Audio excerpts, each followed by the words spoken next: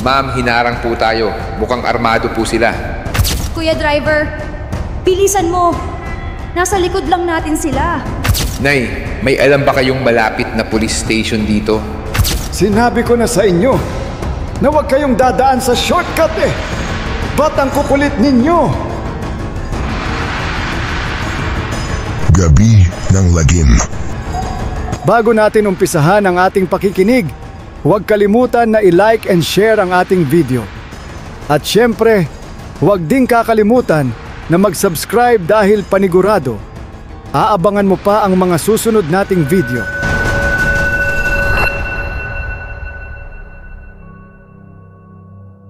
Magandang araw mga kalagim. Kumusta kayo? Ako nga pala si Mang Tonyo, ang magkwekwento sa inyo nang tungkol sa nangyari sa amin nung kami ay pauwi galing sa pamamasyal sa Baguio. Matagal na itong nangyari, sa pagkakatanda ko, mga taong 2004 pa. Nung taon na yon ako'y nasa unang taon ng high school pa lamang. Isang araw, nagdesisyon po ang pamilya ko na mag-day trip kami sa Baguio. Dahil kami ay manggagaling lang sa Bulacan, ay madali lang ang biyahe, kaya't hindi na kami nag-atubiling ituloy ang biglaan naming lakad. Ang isa nga po pala na dahilan ng aming pagpunta ay para ay break-in na din ang bagong sasakyan na nabili namin. 5 na tao po ang sumama sa amin. Ang mga magulang ko, ang aking nakababatang kapatid, ang aming driver, at ang sekretarya ng nanay ko mula sa Tarlac. Mabilis ang naging takbo ng biyahe namin. At masaya din po kaming lahat dahil malamig ang panahon at abala kami sa mga kwento at tawanan. Ngunit sa hindi namin inaasahan, ay may isang pangyayari pala na magpapagulo ng aming araw. Pagkatapos po ng pamamasyal namin sa Baguio, ay nagplano na kaming ihatid ang sekretarya ng nanay ko sa kanyang bahay sa Tarlac, Nueva Ecija. Nung mga oras na yon, napagdesisyunan ng tatay ko na mag-shortcut na lang kami sa lugar na alam niya. Isang ruta po yon na makakaiwas ka sa matinding trapiko lalo na pag rush hour.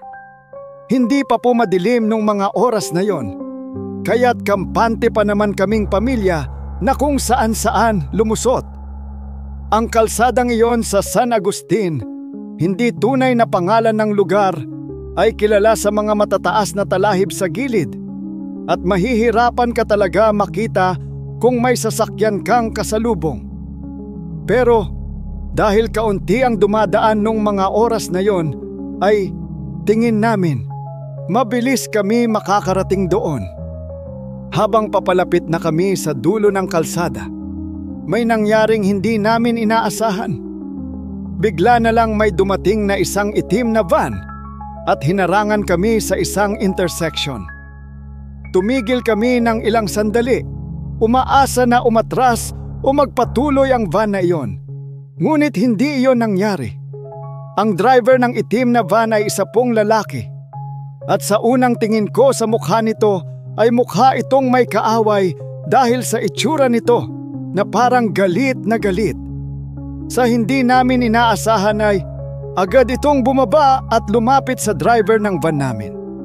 Walang pakundangan niyang kinakatok ang bintana sa gilid ng driver at pilit ito binubuksan.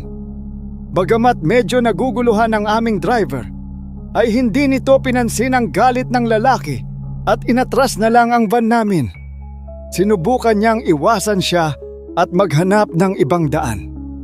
Ngunit nakikita namin na patuloy na sumusunod sa amin ang itim na van. Nag-aalala kaming lahat. Si Mama, na nasa harap kasama ang driver, ay tinanong bakit hindi nakipag-usap ang driver namin sa galit na lalaki. Dapat daw ay tanungin kung anong problema, pero walang sinasabi ang driver namin. Tinutok lang niya ang atensyon niya sa daan at nagpatuloy sa pagmamaneho. Sa hindi inaasahang pagkakataon, ay napadpad na kami sa bayan ng Tarlac. isang mataong lugar kaya't hindi na kami makapagpatakbo ng mabilis. Dito na kami natagilid ng bahagya. Ang itim na van ay nakalusot at umabante, tumigil sa gilid ng kalsada at nagbukas ng pinto. Pagkatapos, lumabas ang mga sakay nito sa van na sa pagkakatanda ko nung mga oras na yon ay humigit kumulang 10 sila sa loob ng van na may hawak na mga tubo at parang nanghahamon. Tinangka nilang sumugod sa van namin. Nabigla kami at natakot. Ang mga batang kasamahan ko, pati na ang mga pinsan ko, ay nagsimulang magsigawan at magtakip ng mukha. Subalit, ang driver namin, kahit takot na, ay hindi nawalan ng lakas ng loob. Tinuloy pa rin niya ang pagpapatakbo ng van at mabilis na iniwasan ang mga lalaki. Sa kabila ng aming takot, sinundan pa rin kami ng itim na van na yon. Hindi kami makakontak ng police station sa panahon na iyon. Wala pang Waze o smartphone. Takot na kami at hindi namin alam kung anong susunod na mangyayari. Ngunit sa isang himala, nakita namin ang isang matandang babae na nagwawalis sa gilid ng kalsada. Mabilis kaming huminto at tinanong ang matanda kung saan ang pinakamalapit na police station. "Diretso lang! Malapit na," sabi ng matanda na may kalmadong tinig. Walang sabi-sabi, binilisan ng driver namin ang pagtakbo at habang papalapit kami sa police station, ay naririnig namin ang makina ng itim na van na patuloy na sumusunod sa amin sa likuran. Tinutok na ng driver namin ang lahat ng lakas ng van para makarating sa police station. At sa wakas, nakarating kami. Pumasok kami sa gate ng police station at agad na isinara ito. Tumigil ang itim na van sa labas ng gate, ngunit hindi ito pumasok at nagpatuloy sa paglayo. Dahil dito, mabilis na bumaba ang mga magulang ko at nag-report sa mga pulis. Nang malaman ng mga pulis ang nangyari, inireport nila sa amin na sunod-sunod ang mga hold-up sa lugar na iyon. Ang pinakahuli ay isang mag-asawa na hinoldap at pinatay malapit lang sa kalsadang dinaanan namin. Ang mga pulis na nagsalita ay nagsabing ang mga lalaking nakita namin ay malamang na mga hold-upper na gumagawa ng ganitong krimen sa mga dumadaan sa kalsadang yun. Ang mga pulis ay nag-escort sa amin pauwi sa Bulacan. Sa buong biyahe pauwi, tahimik kami at takot at hindi kami makahinga sa takot. Hanggang ngayon, kapag naaalala ko ang pangyayaring iyon, parang may pumapasok na malamig na hangin sa aking katawan.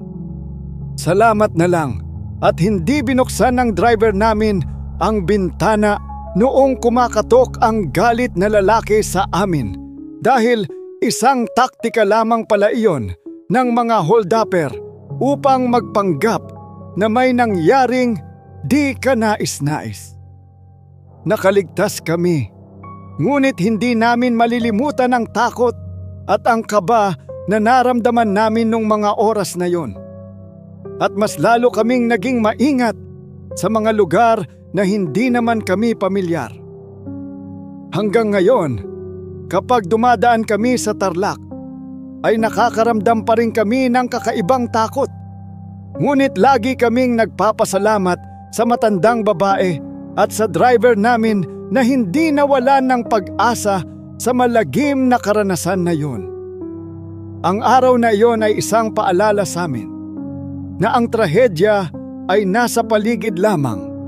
Nasa atin na lang iyon kung paano natin yun haharapin at ano ang mga hakbang na ating gagawin. Kung kayo ay masugid na taga-subaybay ng Gabi ng Lagim, ay panigurado na masasagot ninyo ang katanungan ko.